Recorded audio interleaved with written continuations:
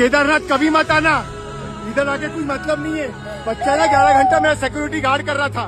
కేదార్నాథ్ మత్ ఆవో ప్రజలందరూ ఎందుకు ఇలా అంటున్నారు? అసలేమైంది? కేదార్నాథ్ లో భక్తి కంటే షో ఆఫ్ ఎక్కువైపోయింది. కేదార్నాథ్ ని ఒక పవిత్రమైన పుణ్యక్షేత్రంలా కాకుండా రీల్స్ చేసుకోవడానికి ఒక పిక్నిక్ స్పాట్ లాగా మార్చేశారు.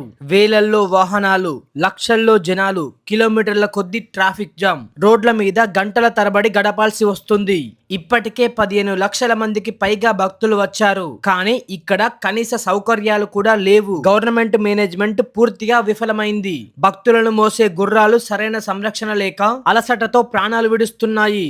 సామాన్యుడికే దేవుడి దర్శనం కష్టమైపోతే విఐపి టికెట్ల పేరుతో అక్కడ కోట్లలో బిజినెస్ జరుగుతుంది. ప్రజలందరూ విఐపి టికెట్లు క్లోజ్ చేయాలని ధర్నా చేస్తున్నారు.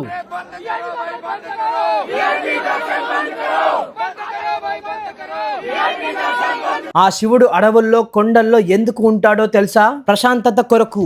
అలాంటి ప్రశాంతతను మనం ముక్కలు చేస్తున్నాము. దయచేసి వినండి.